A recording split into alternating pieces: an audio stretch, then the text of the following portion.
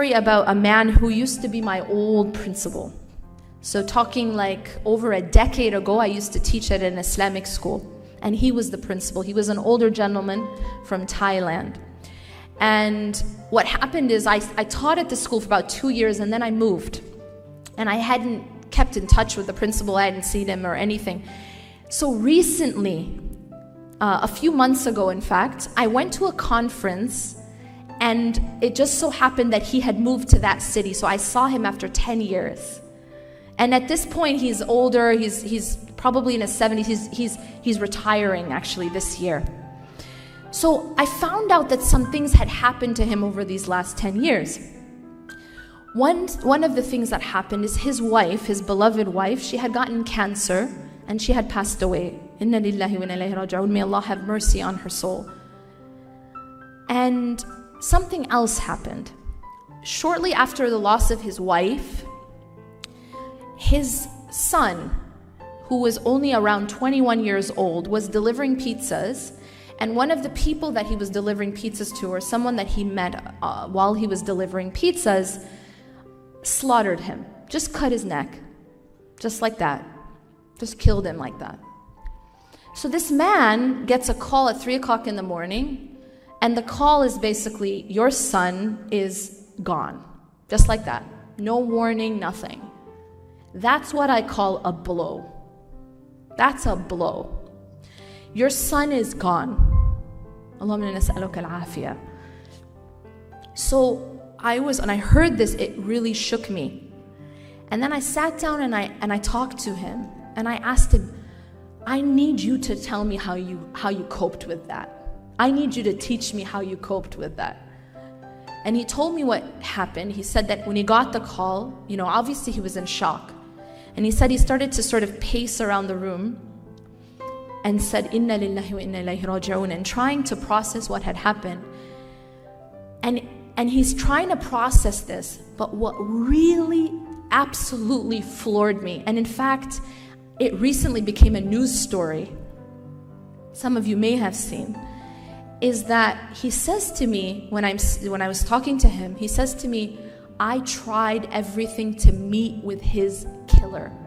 And I said, why? Why do you want to meet with his killer? He said, for 2 years now, I have been trying to have a meeting with his killer.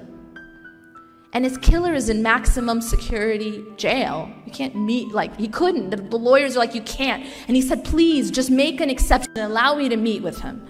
And I asked him, why? Why do you want to meet with the killer? And he said, because I want to teach him, I want to give him, I want to forgive him. I want to forgive him, and then I want him, watch this. He said, I want to forgive him, and then I want him to be in the same place with Salahuddin, my son.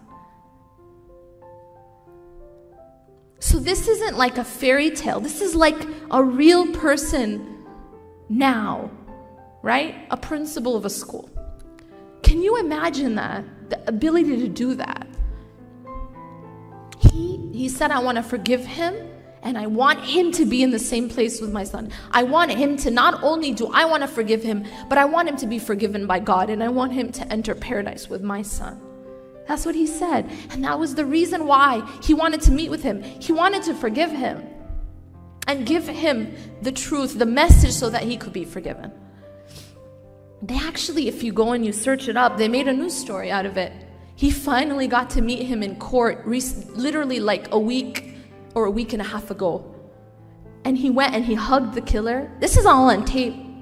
He finally got to meet with him in court. He hugged him and he said, on behalf of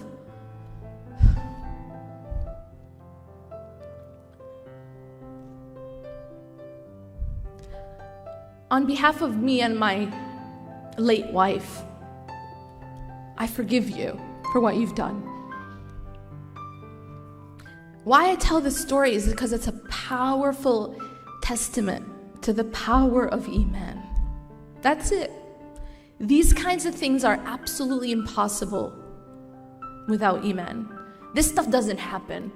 This is stuff of myths, right? And fairy tales. except with Iman. That's the only way something like this can be possible. To have this type of response, this type of resilience in trials that I couldn't even imagine. And I would pray every day to be saved from, to be protected from. But this is the response. Allah subhanahu wa ta'ala tells us in the Quran, أَمْ حَسِبْتُمْ أَن تَدْخُلُوا الْجَنَّةَ وَلَمَّا يَأْتِكُمْ مَثَلُ الَّذِينَ خَلَوْا مِنْ قَبْلِكُمْ مَسَّتْهُمُ الْبَأْسَاءُ وَالضَّرَّاءُ وَزُلْزِلُوا حَتَّى يَقُولَ الرَّسُولُ وَالَّذِينَ آمَنُوا مَعَهُ مَتَى نَصْرُ اللَّهِ. Do you think that you will enter paradise without going through that which those who came before you went through? They went through difficulty and adversity, and they were shaken. They were so shaken that even the messengers and those with the messengers were calling out and asking, when will the help of God come? Mata Nasrullah. And Allah subhanahu wa ta'ala ends this ayah by reminding us, Ala inna nasrullahi qareeb. Indeed, the help of Allah is near.